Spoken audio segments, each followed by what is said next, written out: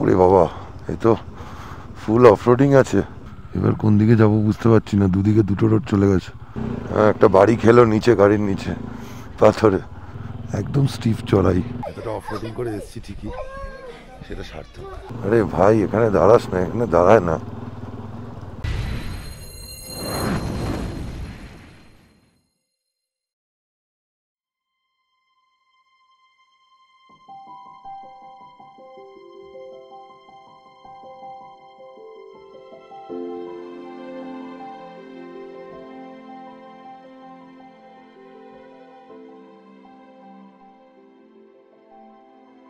আজকে প্ল্যান আছে, পেলিং এর যে স্কাই ওয়াক আছে, স্কাই ওয়াকটা ঘুরে চলে আসবো।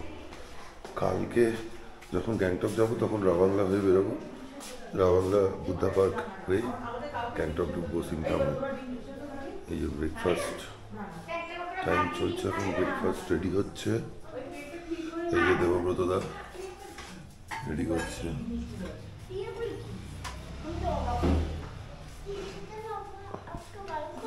ফুচকের খাবার চলে এসছে।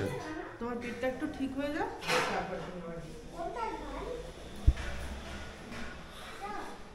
সকালে কাঞ্চনজঙ্ঘার ভিউটা দারুণ ছিল, দারুণ। এখনো দেখা যাচ্ছে। এখান থেকে আমি পাহাড়ে এসেছি অনেকবার, কিন্তু এই ইয়ে থেকে, ওয়েস্ট সিকিম থেকে, বার্মিয়ক থেকে কাঞ্চনজঙ্ঘার ভিউটা সব থেকে ভালো দেখা যায় এখনো পর্যন্ত। দেখো, ইভেন বুদ্ধা পার্কটাও দেখা যাচ্ছে, বুদ্ধা স্ট্যাচুটা দেখা যাচ্ছে এখান থেকে।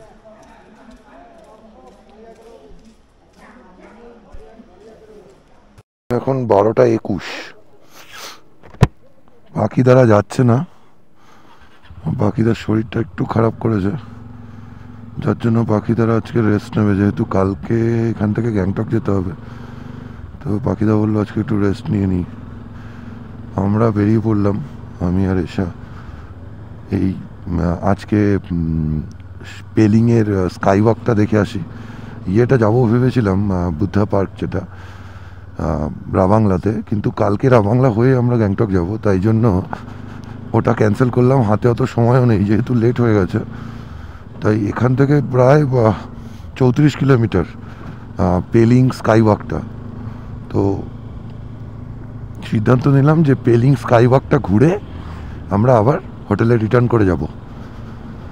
দুপুরের খাওয়া দাওয়ার জন্য না বলে দিয়েছি দেবব্রত দাকে, তার কারণ আমাদের ফিরতে ফিরতে সম্ভবত বিকালই হয়ে যাবে, তো রাস্তায় আমরা কিছু একটা খেয়ে নেব। আর ওরা তো মনে হয় ওখানেই খাবে, পাখিদা ওরা। এই এখন যাচ্ছি, এই সেই সরু রাস্তা স্টার্ট করেছি, জিপিএসটা লাগিয়ে দিয়েছি। আমাদের রুম থেকে এত সুন্দর দেখা যাচ্ছিল মাউন্ট কাঞ্চনজঙ্ঘা, আর তার সঙ্গে ওই বুদ্ধা পার্কের যে বুদ্ধা স্ট্যাচু, সেটা মানে দারুণ দারুণ, মানে বলে বোঝানোর মতো নয়। ক্যামেরায় হয়তো অত ভালো আসে না, যতটা খালি চোখে দেখে বোঝা যায়। রাস্তাটা একই রকম, সেই ন্যারো।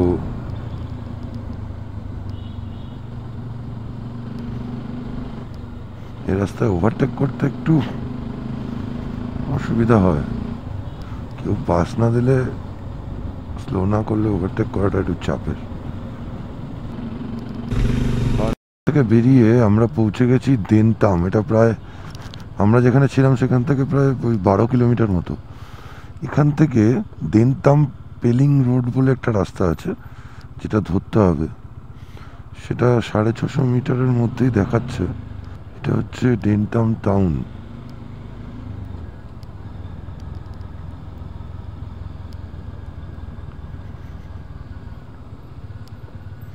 এই ওয়েস্ট সিকিমে পাটে পাটে অনেক জায়গায় টুরিস্ট পয়েন্ট করা রয়েছে। দেনতাম টাউনটা দেখছি টুরিস্ট ভিলেজ।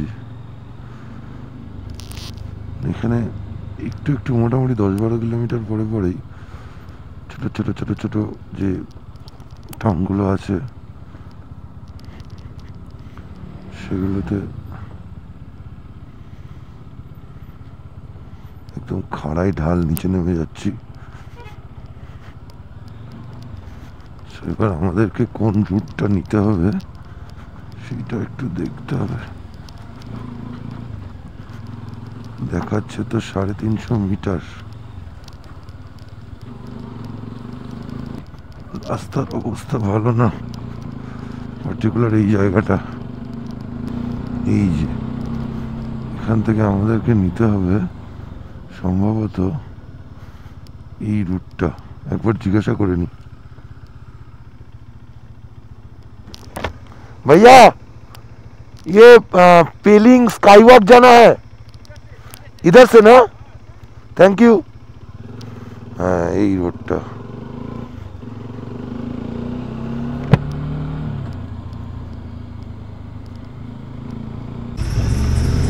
রাস্তা নাকি সামনে ব্রিজ ভাঙা আছে, যার জন্য এই রাস্তাটা বানিয়েছে। এখান থেকে যেতে বলছে লোকালরা। यहाँ से ना? আচ্ছা। ওরে বাবা, এই তো ফুল অফরোডিং আছে। নতুন রাস্তা বানিয়েছে, যেহেতু ওদিকে ব্রিজ ভেঙে গেছে তার জন্য নতুন রাস্তা বানিয়েছে। এই দিক থেকে এই রাস্তা দিয়ে যেতে হবে। সেই রাস্তা, সেই দারুণ অফরোডিং এর। মনে হচ্ছে আজকে একটু চাপ হবে, যা দেখে যা মনে হচ্ছে। তার মধ্যে একা থাকলে অন্যরকম হয়, সঙ্গে এসে রয়েছে একটা চাপ তো কাজ করেই স্বাভাবিকভাবে।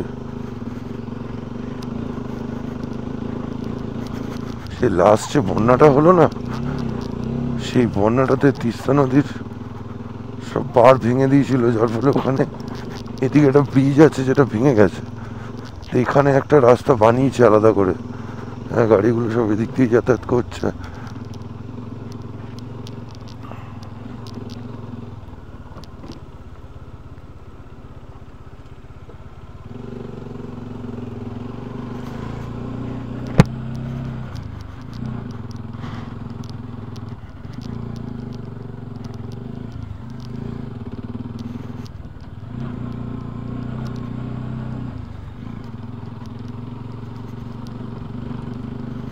একদম নতুন বানিয়েছে, বোঝাই যাচ্ছে।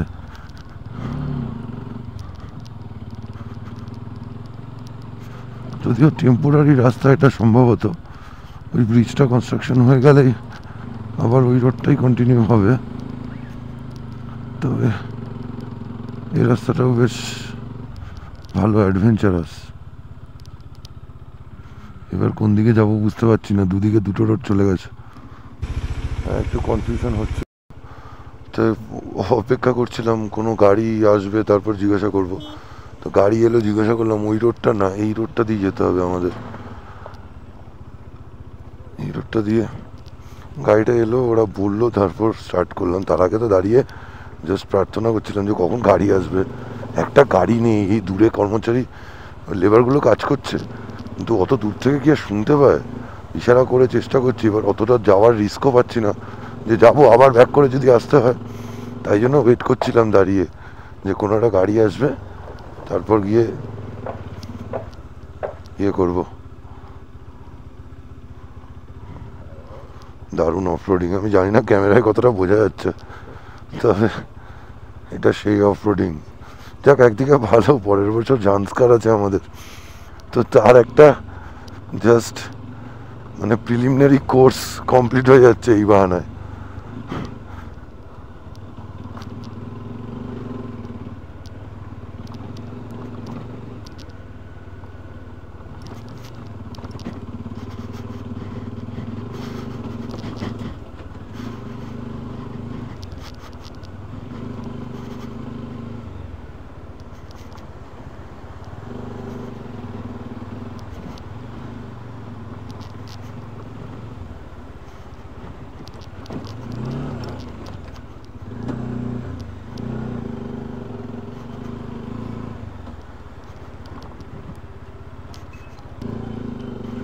ও সেই অফরোডিং করছিস? একটা বাড়ি খেলো নিচে, গাড়ির নিচে পাথরে। আচ্ছা, যেহেতু ব্রিজটা ভেঙে গেছে তাই এই জায়গাটা কানেক্ট করছে। দাদা ভাইয়া পেলিং জানা है पेलिंग?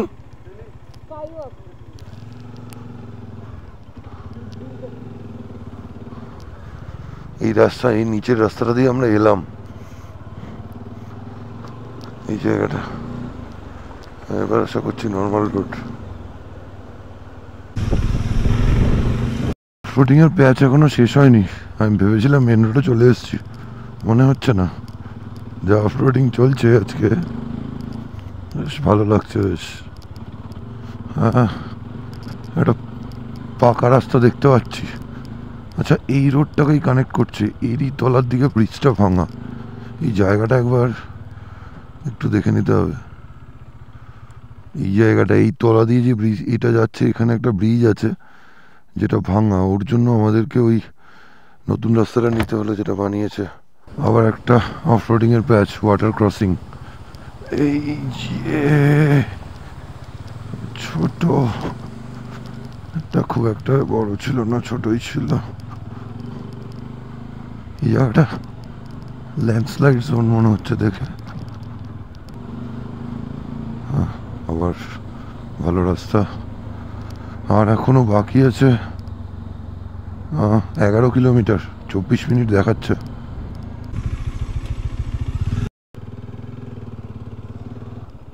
এসে পড়েছি পেলিং। ভাইয়া স্কাই ওয়াক জানা है? দেখো, আই লাভ পেলিং। বাহ, পেলিং আসার এই যে লাস্ট রাস্তাটা, লাস্ট প্রায় 10-11 কিলোমিটার, 10-11 কিলোমিটার কিন্তু দারুণ ছিল, দারুণ। মানে হেভি মজা পেলাম চালিয়ে। সিনিক বিউটি তো ভালো ছিলই, রাস্তা ভালো ছিল, সরু ছিল বাট ভালো রাস্তা ছিল এবং ফাঁকা ছিল, খুব একটা গাড়ি যাতায়াত ছিল না। হেভি মজা পেলাম। এই পেলিং শহর এর যে চৌমাথাটা, সেখান থেকে একটা ভি টার্ন নিলাম, নিয়ে এখন স্কাই ওয়াকের দিকে যাচ্ছি। স্কাই ওয়াক এখান থেকে 2 কিলোমিটার দেখাচ্ছে। বাবা, সেই খাড়াই তো। আমি তাই ভাবছিলাম, একটু আগে নিচের দিকে নামছিল, আমি ভাবছি স্কাই ওয়াকে যাচ্ছি, নিচের দিকে তো নামার কথা না, উপর দিকে ওঠার কথা, নিচের দিকে কেন নামাচ্ছে? ও আচ্ছা, তারপর নামিয়ে দেখলাম যে ওঠানোটা শুরু করেছে, মোটামুটি খুব তাড়াতাড়ি উঠিয়ে দেবে, বুঝতে পারছি। পাহাড়ের এই শর্টকাট ফটকাট টাইপের যে রাস্তাগুলো হয়, সেগুলোর মতো অনেকটা, একদম খাড়া, একদম ডাইরেক্ট উঠে গেল। গাড়িটা দেখে আশা করি ক্যামেরায় বোঝানো যাক, গাড়িটা দেখে বুঝতে পারছে যে কতটা ইনক্লাইন, একদম স্টিফ চড়াই। বাবা, এত ডেঞ্জার ওঠাচ্ছে, তার মধ্যে আবার ভাইজারের মধ্যে ইয়ে হচ্ছে, এটা মানে এই সানলাইটটা রিফ্লেক্ট করছে, কিছু দেখতে পাচ্ছি না। না, সেকেন্ড গিয়ার তো প্রশ্নই নেই এখানে, ফার্স্ট গিয়ারেই তুলতে হবে। গাড়িটাকে একটু আগে ছাড়লে ভালো হতো, মোমেন্টামটা নষ্ট হয়ে যাবে এর চক্করে মনে হচ্ছে। যা অবশ্য ওয়াগনার উঠছে যখন, চাপ হবে না আমার গাড়ির। ঢুকে পড়েছি স্কাই ওয়াকে। এই যে স্কাই ওয়াক,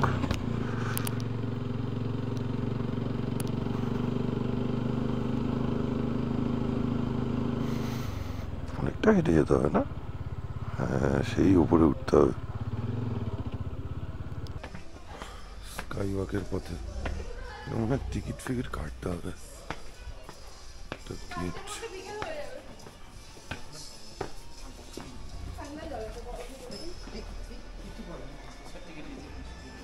এই যে টিকিট কাউন্টার।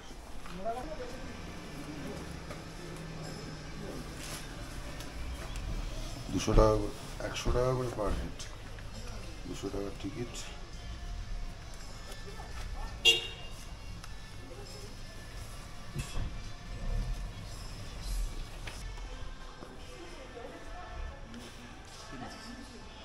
Thank you.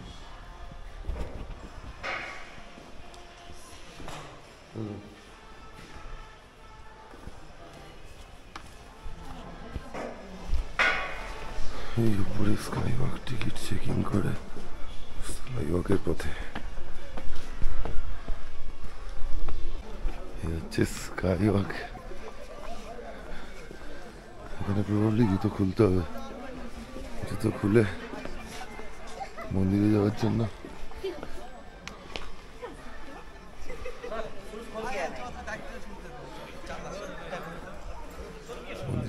জুতো খুলতে হবে।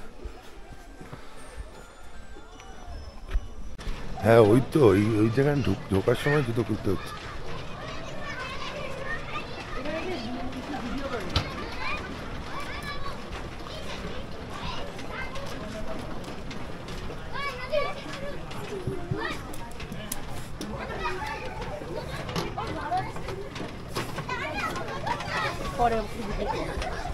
এই দেখো স্কাইওয়াক।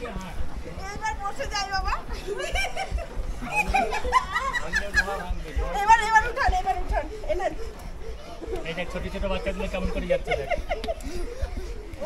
কিনারে লোকজন যাবে। ভিউটা দেখো, জাস্ট ভিউটা, ওফ দারুণ ভিউ, দারুণ। এতটা অফরোডিং করে এসেছি ঠিকই, সেটা সার্থক। দারুণ স্কাইওয়াকটা সত্যি খুব সুন্দর।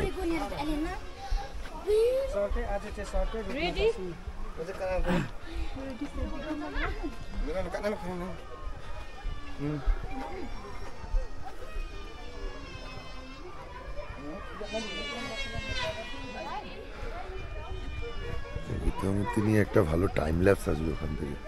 আগে একটু ঘুরে নিই, তারপরে একটা টাইম ল্যাপস নেবো। দারুণ লাগছে, দারুণ, জাস্ট দারুণ।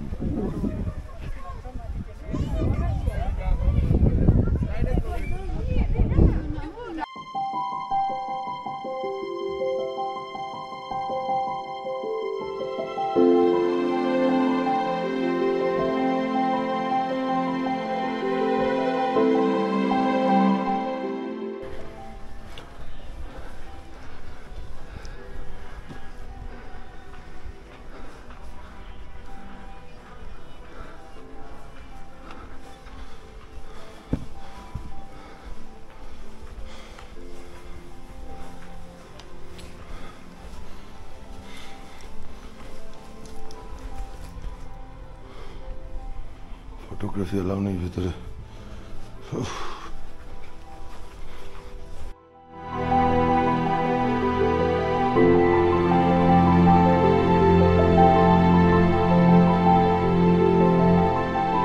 হয়ে গেল স্কাইওয়াক দেখা এবং ঘোরা সবই হলো। এবার ফেরার পালা হোটেলে। ওই যারা উঠছিল বাকিদের আসেনি, ভালোই হয়েছে। বাচ্চারা তো উঠতেই পারতো না এত হাইটে। যাই হোক, এটা তো হলো। এবার চিন্তার বিষয় যেটা, সেটা হচ্ছে যে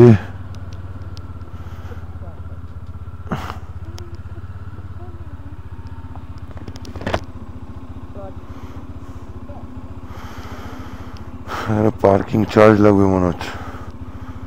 কিতনা পার্কিং চার্জ দিয়ে? ঘটনাটা হচ্ছে যে এখন বাজে 2:58, মানে 3টে। এবার 3টে বাজে, আমাকে যেভাবে হোক ওই অফ রোডিংয়ের প্যাচগুলো, যে জায়গাটা ওই ডাইভারশন ছিল, ওইখানটা আমাকে অন্ধকার হওয়ার আগে ক্রস করতে হবে। কারণ অন্ধকার হলে ওই জায়গাটা একটু বেশি টাফ হয়ে যাবে। এমনি তো টাফই ছিল অনেক, কিন্তু অন্ধকার হয়ে গেলে না অসুবিধা হবে একটু বেশি। তার মধ্যে ডবল আছি না, তো দেখি ওই জায়গাটা কত তাড়াতাড়ি ক্রস করতে পারি। তাই জন্য আর ওখানে বেশিক্ষণ কাটালাম না। জায়গাটা খুব সুন্দর, স্কাইওয়াকের এই জায়গাটা, কিন্তু উপায় ছিল না, বেশি কাটাতে পারলাম না। কারণ আমাকে পৌঁছাতে হবে ওই প্যাচটা ক্রস করে, তারপর কিছু খাওয়া দাওয়া করবো। তার আগে কিছু খাওয়া দাওয়া করলে ওই প্যাচটা ক্রস করতে করতে অন্ধকার হয়ে যাবে। এই যে এখান থেকে খাড়া যে উঠেছিলাম, এখন নামছি। বাবা, পুরো গিয়ার ব্রেকিংয়েই নামছি, ফার্স্ট গিয়ারে। কারণ এখানে এমনি ব্রেক মারলে তো মোটামুটি স্কিড করে সোজা নিচে হালকা হালকা ব্রেকে রেখেছি আর বাকিটা গিয়ার ব্রেকেই আছে। ও ভিউটা দেখো, সেই লাগছে।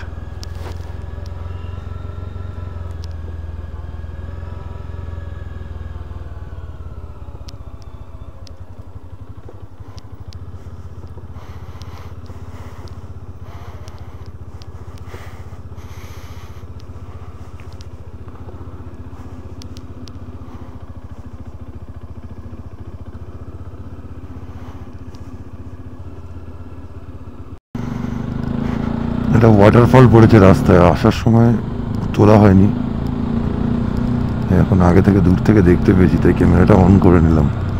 ওয়াটারফলটা বেশ সুন্দর, দেখো।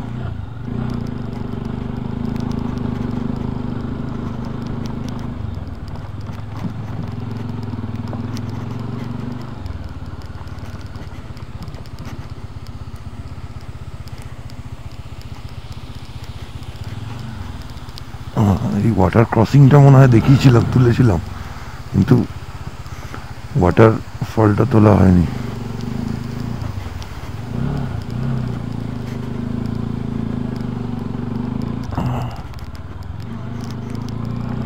অফরোডিং মোটামুটি শুরু হচ্ছে আস্তে আস্তে, এখন ওই টার্নটা আসেনি, টার্নটা আসলে ওখান থেকে শুরু হবে সেই ডাইভারশন রোডটা, যেটা ছিল ডাইভারশন ছিল যেখানে, ওইখান থেকে।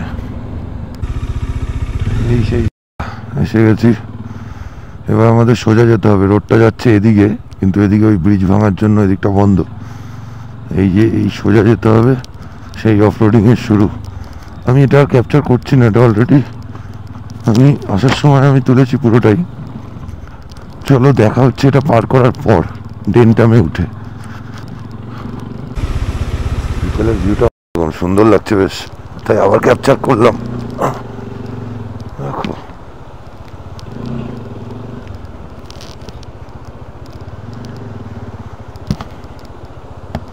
দারুণ লাগছে। রাস্তাটা যতটাই খতরনাক, ভিউটা ততটাই সুন্দর।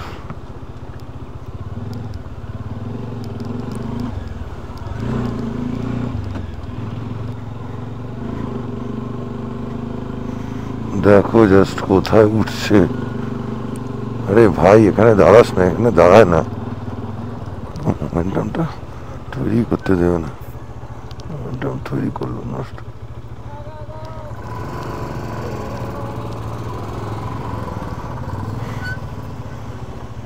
কোথায় দাঁড়াচ্ছে, হট করে দাঁড়িয়ে যাচ্ছে, এইভাবে কেউ দাঁড়ায়?